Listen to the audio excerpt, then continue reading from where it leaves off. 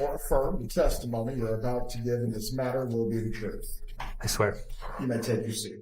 Please speak loudly and clearly. You can adjust the microphone as need be. Ms. Dugan, you may examine. Thank you. Could you tell us your name and spell your name for our court reporter, please? Sure. Robert Todd Adelson, Adelson. Thank you. And what state do you currently live in? New York. And how long have you lived in New York? 13 years. Okay, so since maybe 2012? Yes. All right. What do you do for a living in New York? I'm an ENT. Okay, so you're a nose and throat doctor? Yes. And how long have you worked as an ENT? For 20 years. How do you know the defendant in this case, Donna Adelson? She's my mother. And Harvey Adelson's your dad? Yes. Wendy and Charlie Adelson are your siblings? Yes. Okay. And where did you grow up? In Coral Springs, Florida. Is that a bit north of Miami? Yep. About how long of a drive? About an hour north of Miami. Okay. When y'all were growing up, did you all, the five of you, live in the same house as a family? Yes. And who's the oldest child? I am. Okay. Who's the middle child? Charlie. How many years between you and Charlie? 3 years between Charlie and I. And then who's the youngest then is Wendy? Yes. And how many years between Charlie and Wendy? 3 years. Okay. From the outside, they appear to be a close, successful family. But beneath the surface, control and expectation governed everything. One parent ran the show.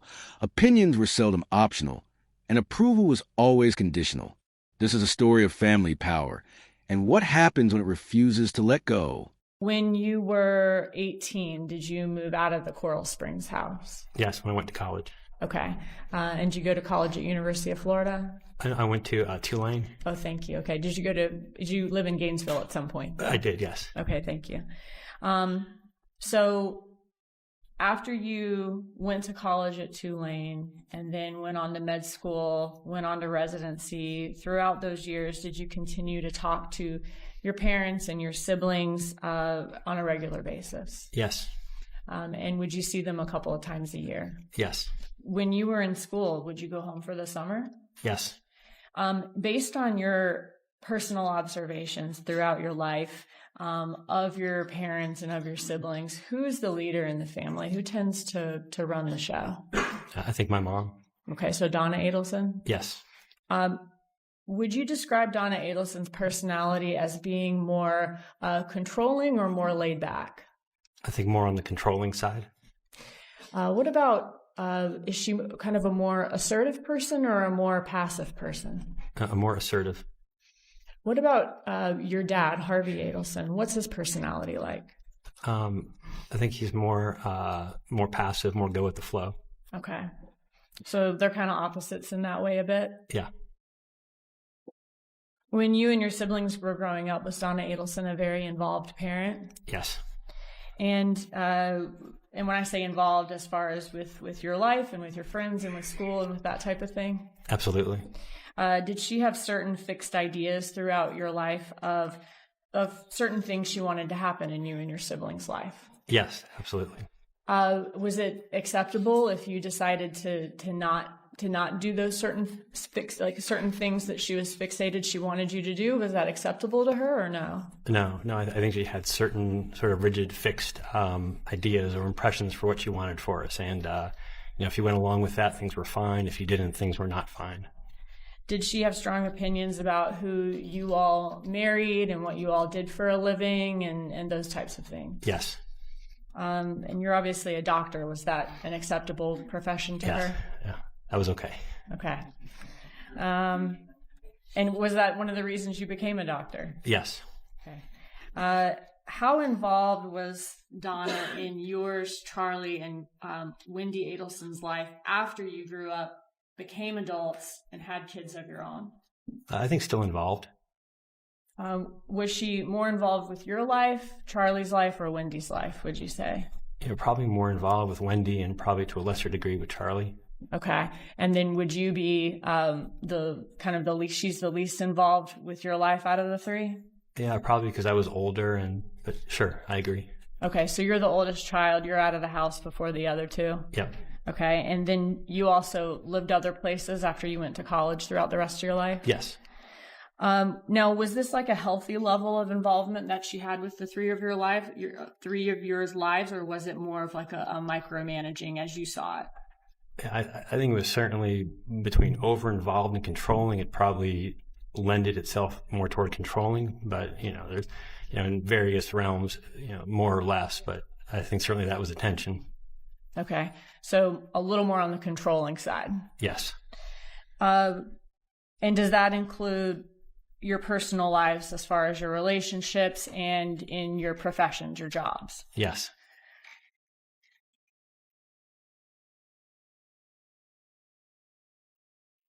Was it Charlie who always needed more attention than the other two children? I think so, yes. As the family evolved, so did the focus of attention. Long-standing patterns of dependence and control didn't vanish with adulthood. They merely shifted. When one child struggled, involvement intensified. Money, business, and family roles became entangled, exposing who relied on whom and who ultimately held the reins. When did Wendy's life start becoming one that she needed to pay or give more attention to?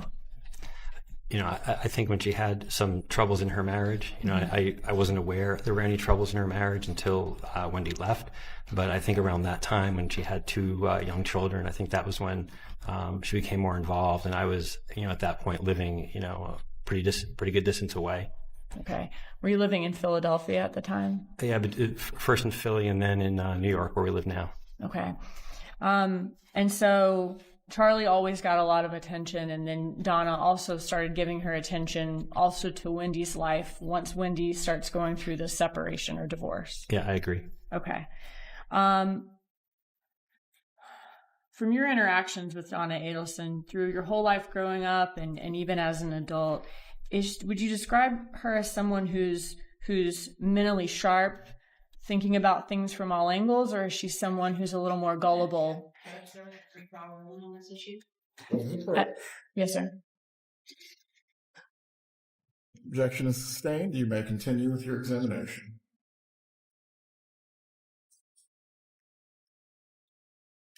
Were Charlie and Donna Adelson dependent on each other or pretty independent from each other? I would say Charlie was probably somewhat dependent on my mom to help him out with organizing stuff, his dental practice. I think he probably relied on her a lot. Okay. And you mentioned the dental practice. When you were growing up, who owned the dental practice? My dad. Okay. And throughout your life, was Donna Adelson in charge of the money at Adelson Institute? I always, I wouldn't know the inside workings of it, but I always remember my mom signing the checks and writing the checkbook at the table, when I was back in middle school or high school. So.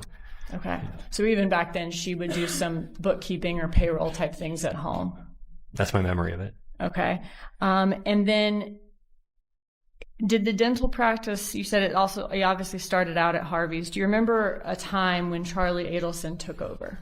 I remember my dad making a joke about him having a very understanding boss because Charlie was now his boss. So.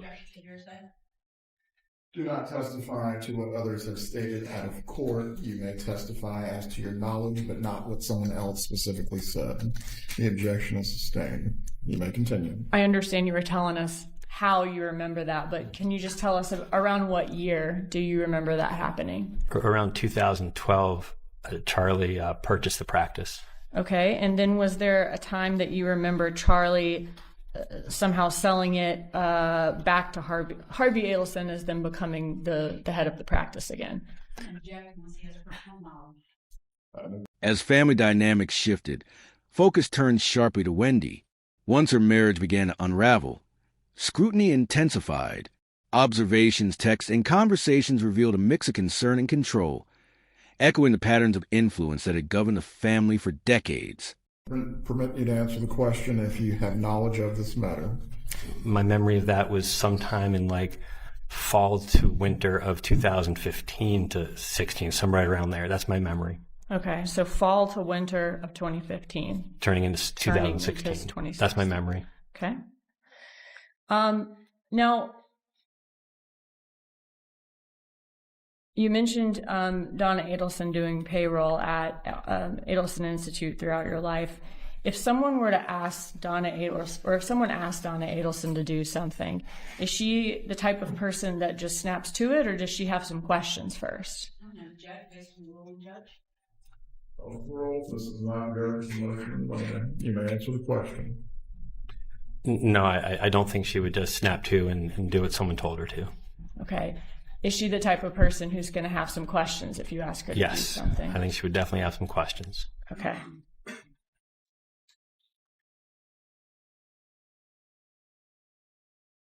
How did Donna Adelson feel about Dan Markell when he and Wendy first got together and were headed towards marriage? He was very positive about him. Okay. So he was somebody she approved of. Yes. All right. And how did that change as Wendy and Danny's relationship soured? They ended up moving towards divorce. So I really only heard anything bad about Danny after Wendy moved out. I didn't hear anything bad about him prior to that date. Okay. So just kind of went from everything's fine to then hearing bad things about him. Yes. And when you say hearing bad things about him, like from her? From Donna Adelson? Yes. Sorry? Okay. And how did Donna Adelson feel about Dan Markell in 2014? I mean, she hated him.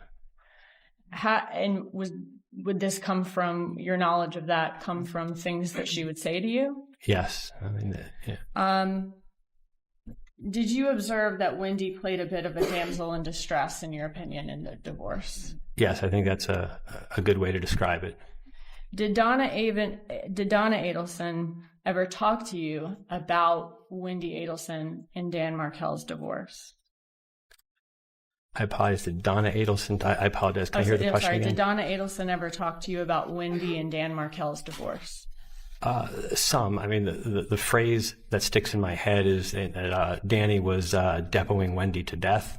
I wasn't involved with all the various motions. I remember that phrase. I remember there being a lot of court motions back and forth. But I remember that phrase. I remember some complaints about like very long either mediation or depositions that Wendy had to endure. Okay, so this is Donna saying Wendy's having to go through these things. Yes. Okay, and just telling you about it. Yes. How did Donna tell you that, or did she tell you that how Wendy was planning to leave Dan Markell and give him the news that she was leaving the marriage? I think you're going to need to rephrase this in such a way the witness can answer, Ms. Dugan. Sure. How did Donna Adelson describe to you how Wendy Adelson left the marriage? Here's that. Ms. Dugan, please approach. Okay.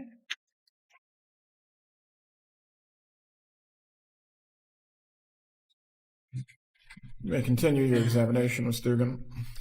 Okay, so I was asking you about this text that you received from Wendy Adelson. Can you tell me about this text? Sure. She texted me that she was going to Gainesville for the weekend, and this was 2014. So I last lived in Gainesville about 3 years prior to that. I mentioned that she wanted that. I mentioned the name of Jeff. I asked who was Jeff. The response was my boyfriend. I responded, I didn't know. And she said, you wouldn't, I didn't hear it from the parents. She says, they don't know. And so it just struck me and then she sent me some pictures of Jeff with her and the boys. It struck me as unique because she'd never shared the name or photograph of a boyfriend before. Okay, so. Before you continue, members of the jury, as to the last question and response, you are not to consider the hearsay statement for the truth of the matter asserted. You may continue.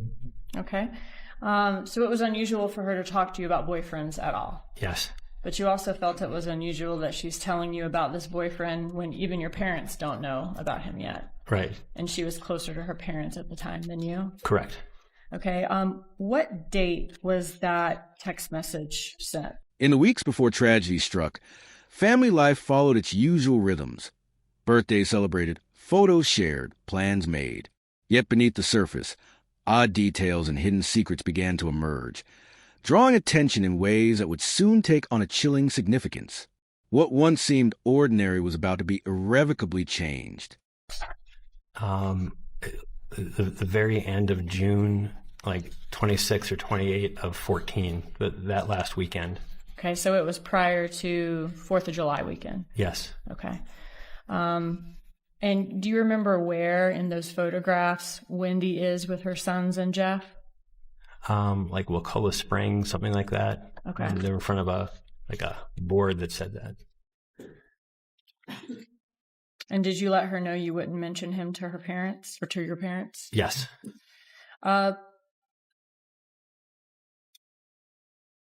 Did that strike you as so unusual that after Dan Markell was murdered, you felt, I guess, compelled to tell police, like, hey, I heard she has this boyfriend she hasn't told anybody about named Jeff? Yes, I did. The FBI came to my house and I spoke to them once, and either it didn't come up or, it's a bit nerve-wracking talking to the FBI, and that they didn't ask any questions about that. And then, I guess over the ensuing week, I'd heard about like this Prius and this unsolved murder. And I remembered, it struck me as odd that I was sent these photographs of a boyfriend and not to tell the parents about him. And so that's when I wanted to have a clean conscience. So I reached out to the FBI and I said, I don't know if this matters, but I figured I would, tell you about this. And they came back for a second interview and looked at the pictures. Okay. When is your father, Harvey Adelson's birthday? July 5. Okay, so on July 5th of 2014, how old would he have turned that year? 70. Okay, and this is about 2 to 3 weeks before Dan Markell was killed? Yes. Did your family do anything to celebrate his birthday that year? Yes, we had a party at their condo. Okay, was there a gift from the family or from any of you to him?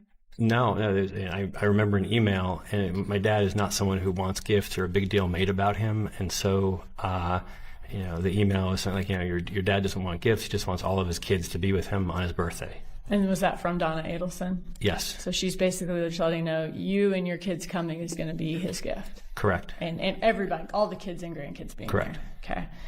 Okay. Did the family ever discuss going on a cruise? No, not with me. When a birthday gift is given for somebody in the family, does Donna Adelson typically say, we're going to get him this, everybody owes this much, everybody's going to pay a third, or whatever it is? Yeah, if there was like a big gift we're getting, or they said, we're getting this for someone, and you can be part of it, that was not uncommon. Okay. So tell us about the party. You said it was at the Continuum? Yes, at their apartment. Okay. So is that like a condo building in Miami? Yeah, on Miami Beach. Okay. On Miami Beach, like South Beach? Yeah. Okay. And is it a secure building? It was very secure. It was, we were staying at a hotel down the street, and there was armed guards, and, apparently there's a lot of celebrities that live there. It was a very high, very secure building. Okay.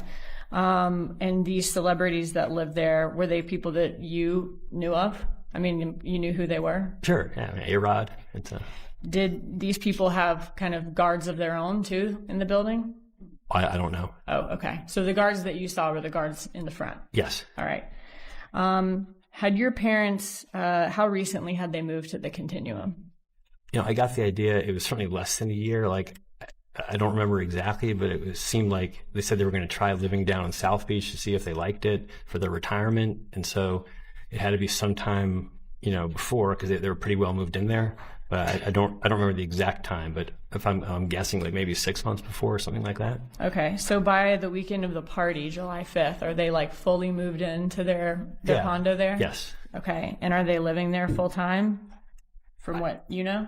It seemed like that, but I couldn't. I know they still own the house in Coral Springs, so I don't know if they're just there on the weekends, but I couldn't say definitively, but it looked like they were living there fully. Okay. Was his party on his actual birthday or another day of the week? No, on his actual birthday. All right. Was your brother Charlie there that weekend? Yes. Wendy and her sons, were they there? Yes. Was the party catered? Yeah, there was, yes. What type of food did you have? There were like past hors d'oeuvres, and then there was a paella chef on the balcony. Okay. Was the party a surprise for Harvey? No. So you were never told, don't tell him about it, it's a surprise? No. Anything like that? Don't tell him. Were you not supposed to tell him anything about the party that was a surprise? No, there was nothing about a surprise birthday. Was there ever a time in the weeks leading up to the party that you heard that the party may be canceled for any reason? No, never. All right, so how did you first hear about Dan Markell's murder? I heard the day after the shooting occurred. So The morning of July 19th, 2014, brought a call that would never be forgotten. News of Dan Markell's shooting tore through the family's world. Amid grief and confusion, conversations were strangely matter-of-fact, questions were discouraged, and curiosity about the crime was met with indifference. What should have sparked alarm instead revealed a family's unsettling detachment, even in the face of tragedy. it would be Saturday, July 19th. I was at a meeting in Chicago, and I think I got a phone call first, and that I was in a meeting, and so I just said, can I call you later? And then I got a text message shortly thereafter, like right before 10 in the morning. It said, like, tragedy here, please call. And are these from Donna Adelson? Yes. Okay. So were you able to call her that morning from the conference in Chicago? Yeah, so I walked out and went to the hotel lobby and just hit call. Okay, and tell us about that conversation with her.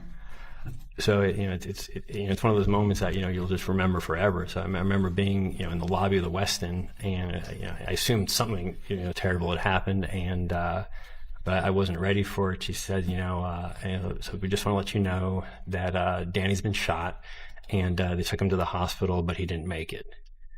And it didn't make any sense. And I probably asked like a few medical questions, and they said they're driving up to go help Wendy, and we'll talk to you later. We can't talk now. Okay. Was she crying in that conversation? Not in that conversation. Sir? No, she was not. Okay. It was very matter of fact. Did she ever give you any further detail that weekend about how he'd been shot, or other than just Danny was shot and he didn't make it? I think it was the next day. So the only really other time that I spoke with him that weekend, I was in the airport going home, like Sunday afternoon. So it was definitely the next day, and it was the first time I could actually have any kind of conversation. And one of the things that she told me is, it bothered me, but I didn't have any other details about. But she said that someone went to the front door and said, "Are you Dan Markell?" and then shot him. And then I said, "Well, how could you know that? Who's telling you that?" And she said, "Well, that's just what they're telling us." And okay. So she said someone told her that someone knocked on Danny's door, said, "Are you Dan Markell?" He said yes, and the shooter shot him. That's the story I heard. And, later we found out that wasn't what happened, but that story bothered me a lot because there's only one way you could hear that story. Was she crying when she told you that information? No.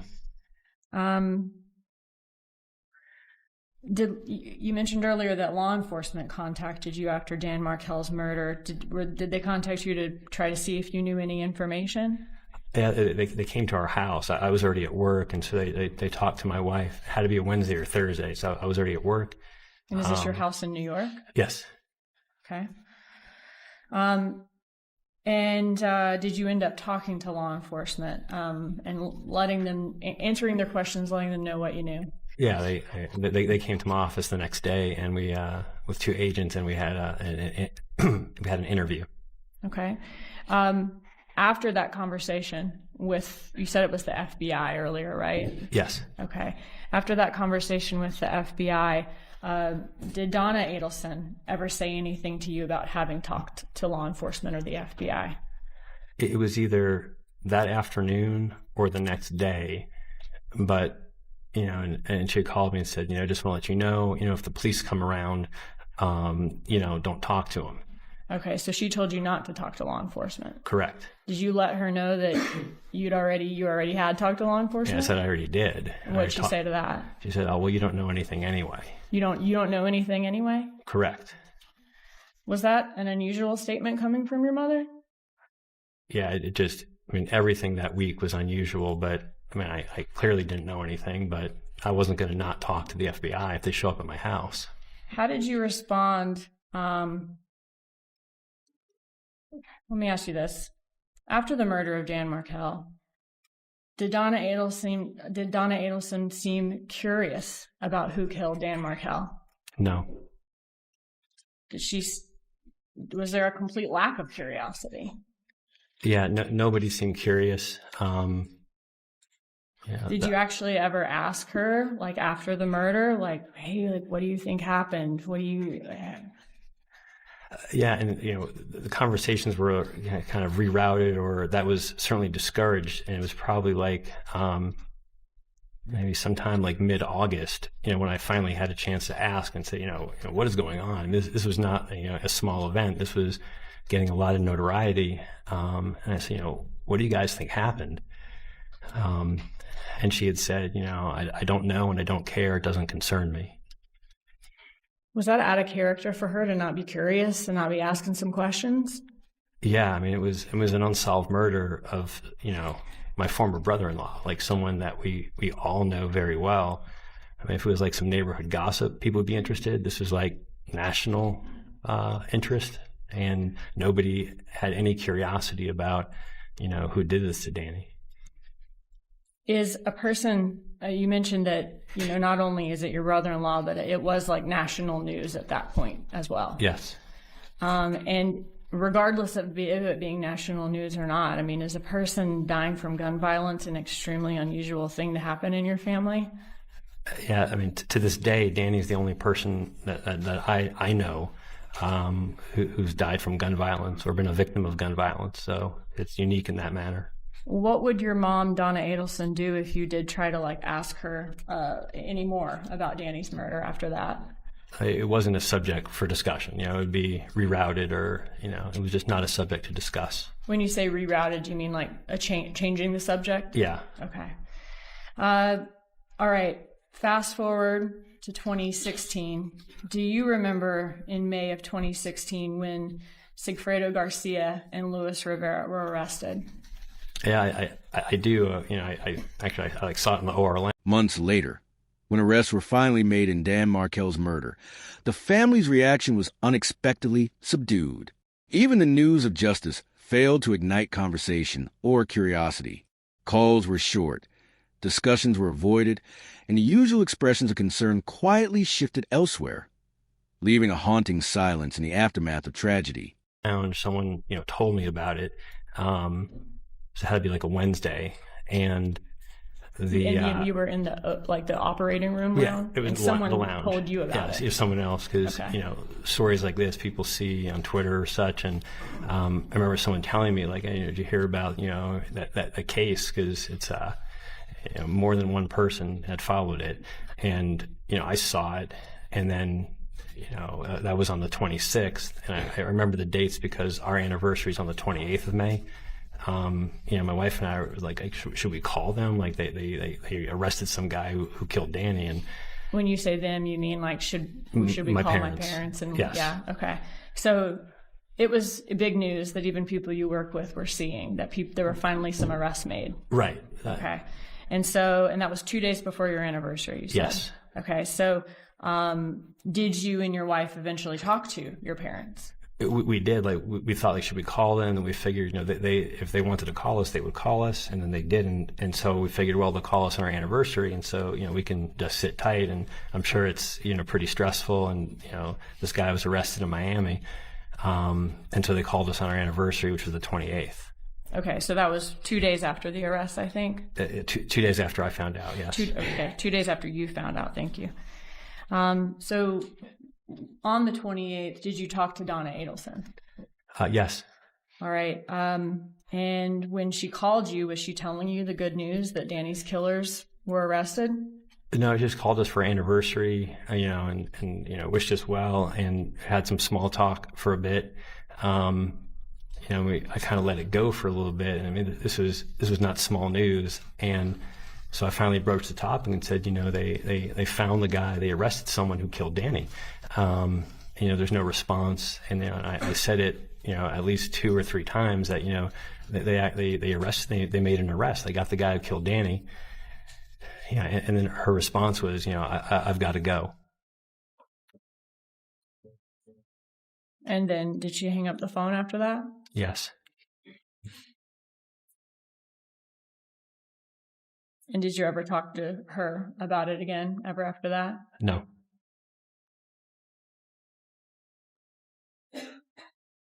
Just a second.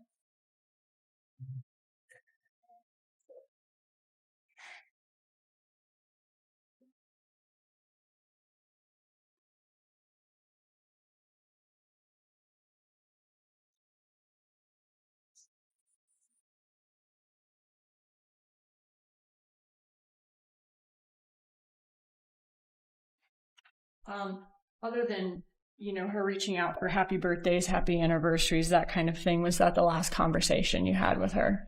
That was the last time I spoke to her. Okay. That's all. Thank you. Cross-examination.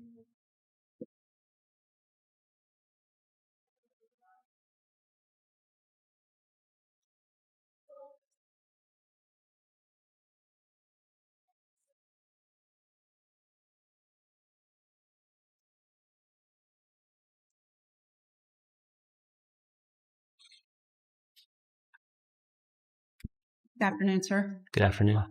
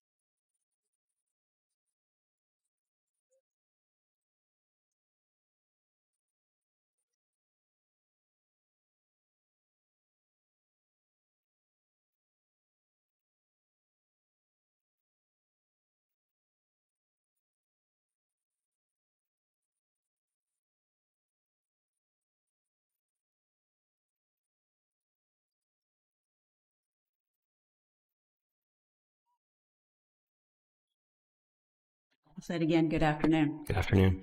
In between 2012 and 2014, how many times did you come to visit your family in South Florida? 2012 and 2014.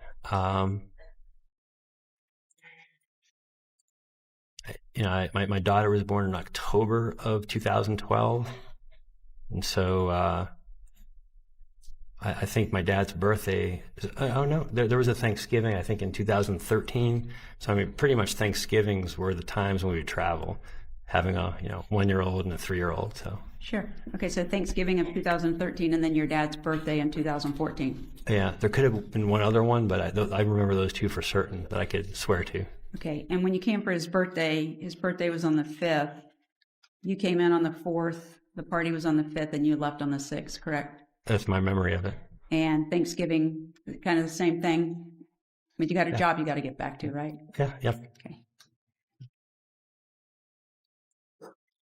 And how frequent were the phone calls that you were having with your family? Probably less than once a week, maybe every other week, something like that.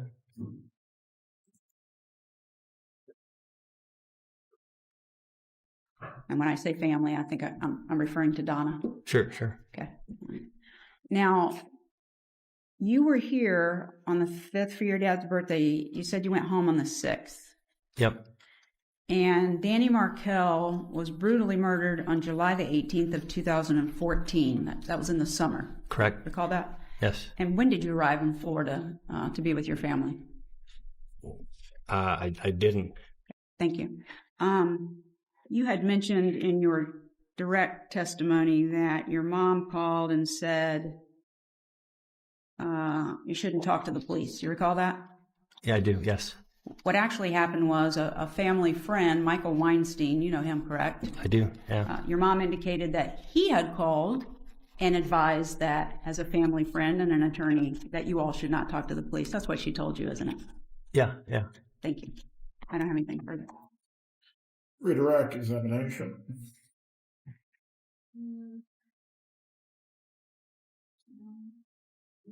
No, sir.